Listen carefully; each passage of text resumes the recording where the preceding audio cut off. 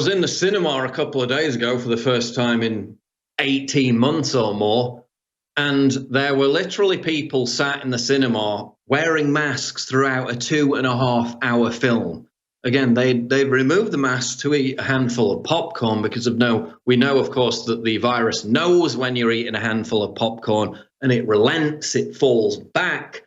But then when you put the popcorn carton down, you have to put the mask back on because the COVID knows that you've put the mask back on. It knows that you're not eating the popcorn anymore.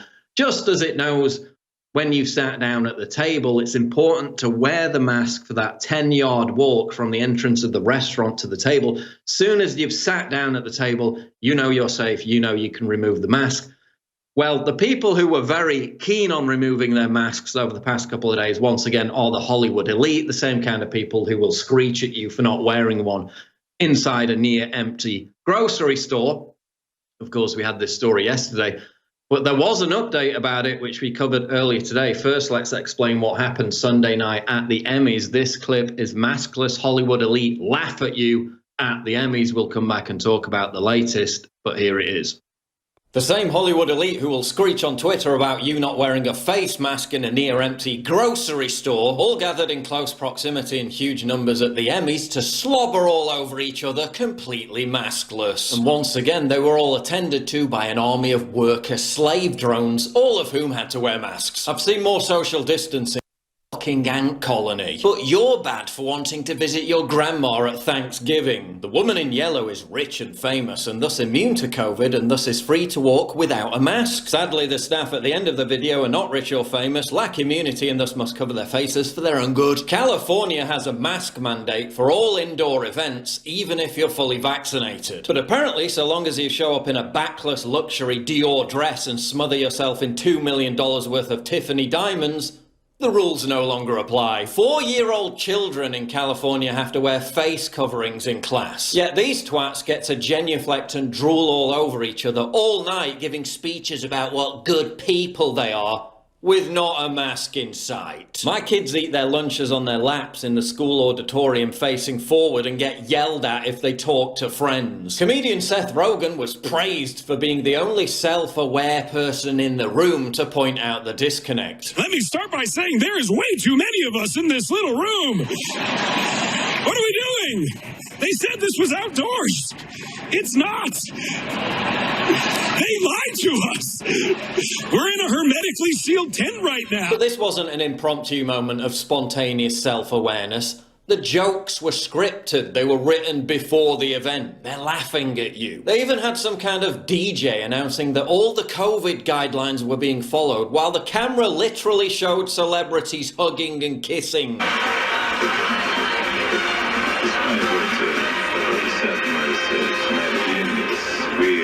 Celebrate and party, but while we're doing that, we're absolutely following all the official health and safety guidelines that some really smart people asked us to do to keep us safe from COVID. They're taking the piss. But despite this avalanche of vile hypocrisy, what was the main point of concern afterwards on Twitter? Too many white people winning awards. Because God forbid talent should be judged on actual talent and not just on skin pigmentation. Meanwhile, more footage has emerged of AOC at the Met Gala being attended to by a phalanx of masked worker slaves while she and her maskless husband laugh it up. Keep complying, idiots. Just shut up and keep complying.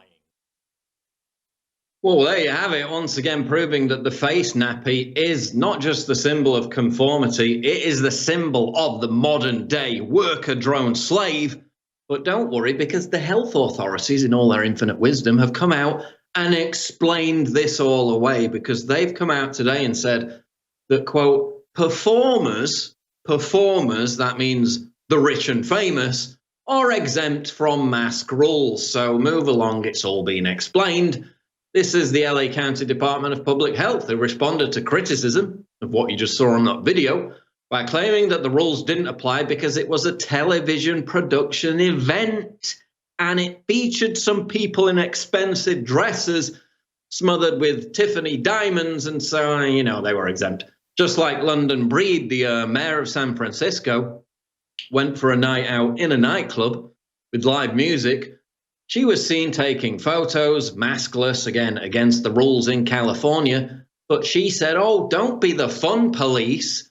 Yeah, our point exactly. But when they do it, they can get away with it. And they do this mealy mouth thing where it's like, oh, no, we're performers. So why were the slaves wearing the masks then? If it's a television event, even though it's indoors, why were only the celebrities made to not wear masks? Why were the slaves, the worker drones, made to wear masks? Why weren't they exempt? Under Los Angeles County's Department of Health guidelines, everyone aged 2 years and older must wear a face covering, quote, in all indoor public settings, venues, gatherings, and public and private businesses. However, after it was asserted that the rules don't apply to the rich and famous, the department was forced to respond. They said, this is Oliver Dorsey, LA County Department of Public Health tells me that the maskless Emmys were not in violation of the mask mandate because exemptions are made for film, television, and music productions, just like exemptions are made for John Kerry walking through an airport, or John Kerry walking through airport security, or all those Democrats who skipped the vote and got on a private plane and none of them were wearing masks. I guess they were performers as well. I guess Nancy Pelosi was a performer when she got to get her hair done and wasn't wearing a mask inside the hair salon. I guess Governor Gavin Newsom, when he went for a posh dinner in a fancy French restaurant, wasn't wearing a mask in violation of the rules. I guess he was a performer. So apparently, as long as you're making a television production or you just describe yourself as a performer, COVID-19 recognizes that fact and doesn't show up for the night, much like it disappears as soon as people sit down to eat at a restaurant, but not while they walk to the table. And in fact, the LA County Health Authorities went further, insisting that the event organizers, quote, exceeded the baseline requirements for television and film productions, despite, again, being indoors in direct violation of their rules, before asserting that the full vaccination of all those present was one of the most powerful ways to achieve a safe environment. Yeah, even though you admit your vaccines are crap and they don't work properly, and they can still spread the virus even though they're vaccinated. So again, apparently if you're a performer, or in other words, rich and famous, you don't have to wear a mask. Everybody is a performer. Meanwhile, Brazilian President Bolsonaro, who should have identified as a performer, and then maybe he would have been allowed inside restaurants in New York, forced to eat pizza on sidewalk in New York because he's not vaccinated, even though he had COVID and recovered from it, has natural immunity, which gives him 27 times more protection than getting the vaccine. He's not allowed inside a pizza restaurant in New York. Again, should have identified as a performer. After arriving for the UN General Assembly, Brazilian President Jair Bolsonaro was forced to eat pizza on the sidewalk because he's not vaccinated and therefore banned from indoor dining in New York. While elites in Hollywood and New York get to ignore COVID restrictions when attending indoor events, like at the Emmys, being the leader of a major country isn't enough to get you an exemption. Of course, we had the story a couple of days ago where the United Nations itself came out in violation of New York's rules and said, people attending that globalist confab, the globalists who haven't had their vaccine, maybe because they know what's in it, they won't have to provide a vaccine passport or any kind of COVID check to enter the UN building for this General Assembly meeting in New York. So again, I guess they identified as performers or musicians, or they were just rich and famous, or they were just very powerful. They're not subject to the same rules as you. Meanwhile, a Black Lives Matter protest is being planned outside a restaurant in New York because 3 black women were denied entry on the basis that they couldn't prove they had the jab. In some areas of America, 50% of the black community hasn't had the jab. Is this how we defeat the vaccine passport in California, in New York, by pointing out that it's discriminatory and it's creating segregation, which, as we know, is racist? Could that be the ultimate death knell for the vaccine passport in New York? Don't go away. Summit.news. We'll be right back. Well, of course, Joe Biden has genuflected in front of the UN globalists to push the myth of man-made global warming once again today, vowing to double aid to developing countries vulnerable to climate crisis, even as all their predictions about the climate crisis have proven spectacularly wrong. These are the same people who said we'd enter a new ice age in the 70s. These are the same people who say Arctic ice is going to disappear every single summer. They're proven wrong time and time again. Well, we have a group here in the UK which has proven particularly virulent. It's called Extinction Rebellion, despite the fact that it's literally Extinction Establishment, because all of their narratives are being amplified by academia, by the media, by celebrities, by cultural institutions. It's far from a rebellion if every organ of the establishment is pushing the same narrative. And they've been out once again blocking roads, stopping people with actual jobs from getting to work here in the UK for the 5th time in the space of the week. M25 protests, 38 arrested as Insulate Britain group blocks motorway for 5th time. They've just rebranded themselves from Extinction Rebellion because everyone hates Extinction Rebellion. These are the same people who literally blocked commuter trains 2 years ago, stopped people from getting to work at 6 a.m. in the morning, because apparently electric-powered commuter trains are now part of the problem as well. 38 people have been arrested after climate protesters from the Insulate Britain, it's Extinction Rebellion, call it what it is, attempted to block the M25 for a 5th time. They're literally causing pile-ups running in the middle of a busy road. There was a woman airlifted to hospital. They've had actual insulation engineers stopped from getting to work, trying to carry out the very thing that they demand. They're complete idiots. They're egomaniacs doing it for the Instagram clout. Here's a quick video summarizing what we've witnessed so far.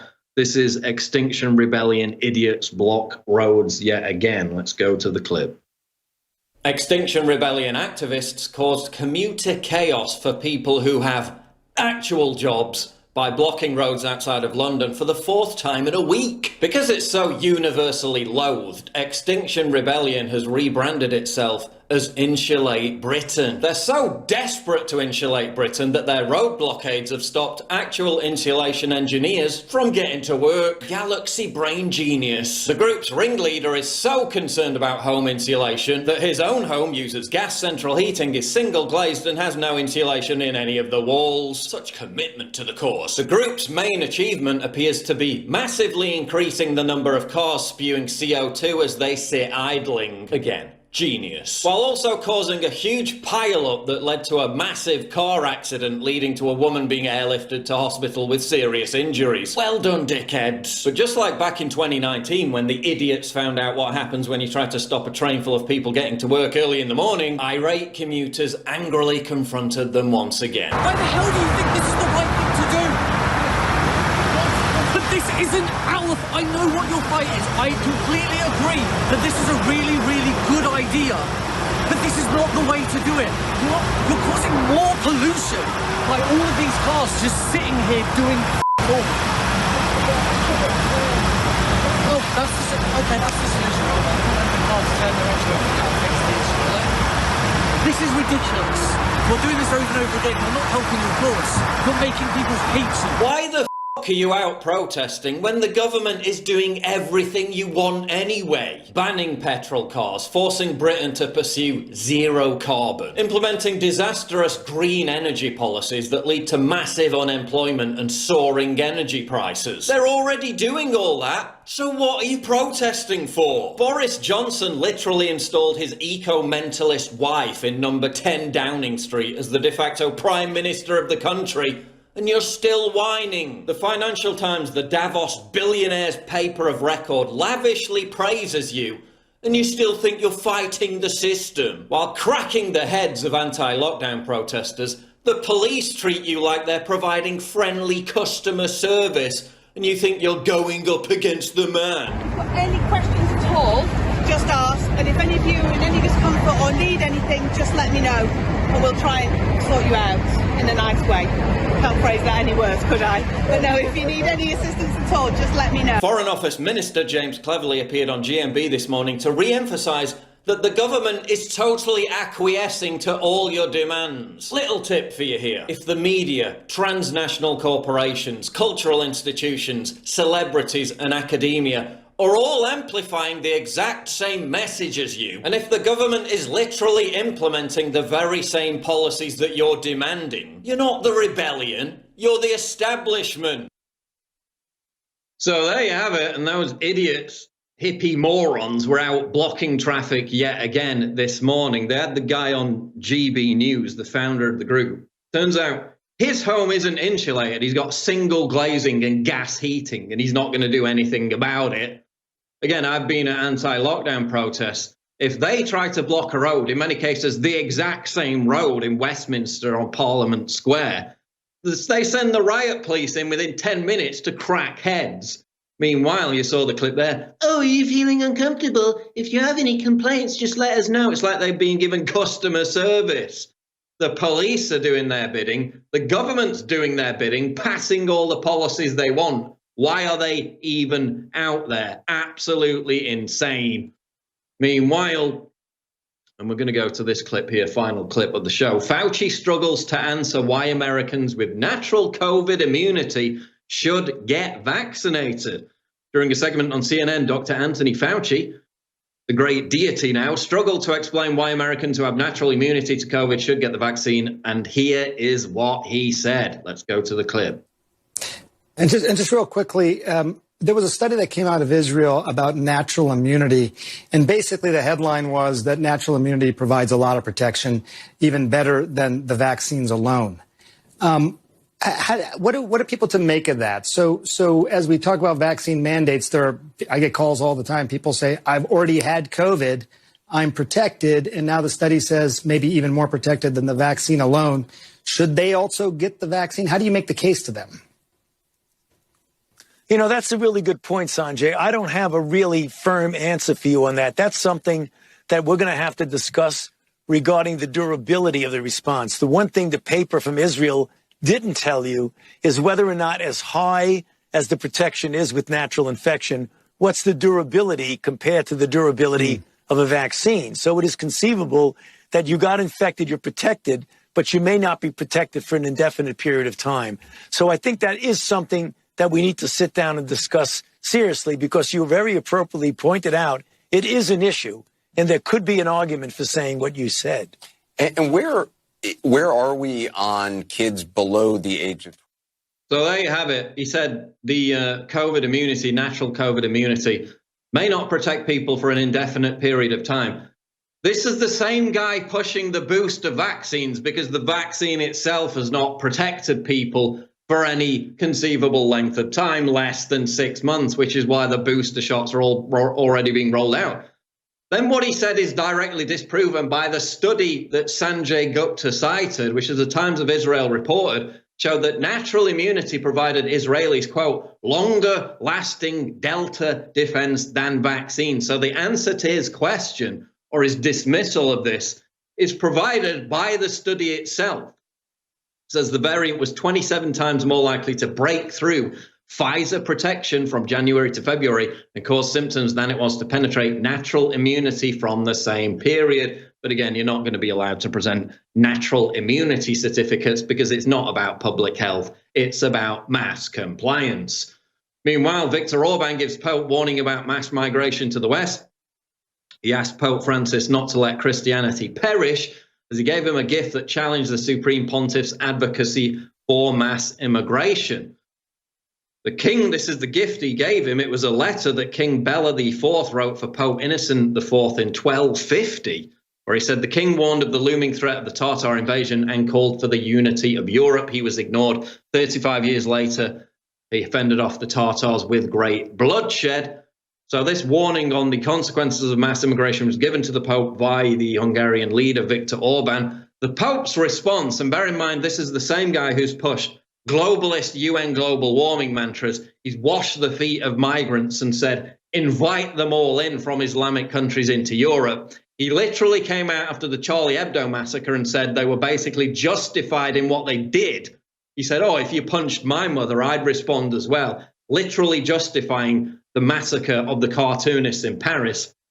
Well, now he's come out and said, Pope Francis says some people wanted me dead, as he hits back at the conservative critics of the Catholic Church. And he basically says anyone who criticizes the Catholic Church, which is him, is engaging in, quote, the work of the devil. No, you're engaging in the work of the devil by completely abandoning all the Catholic tenets that you're supposed to protect and defend, which at its core is the Christian base of Europe as a civilization.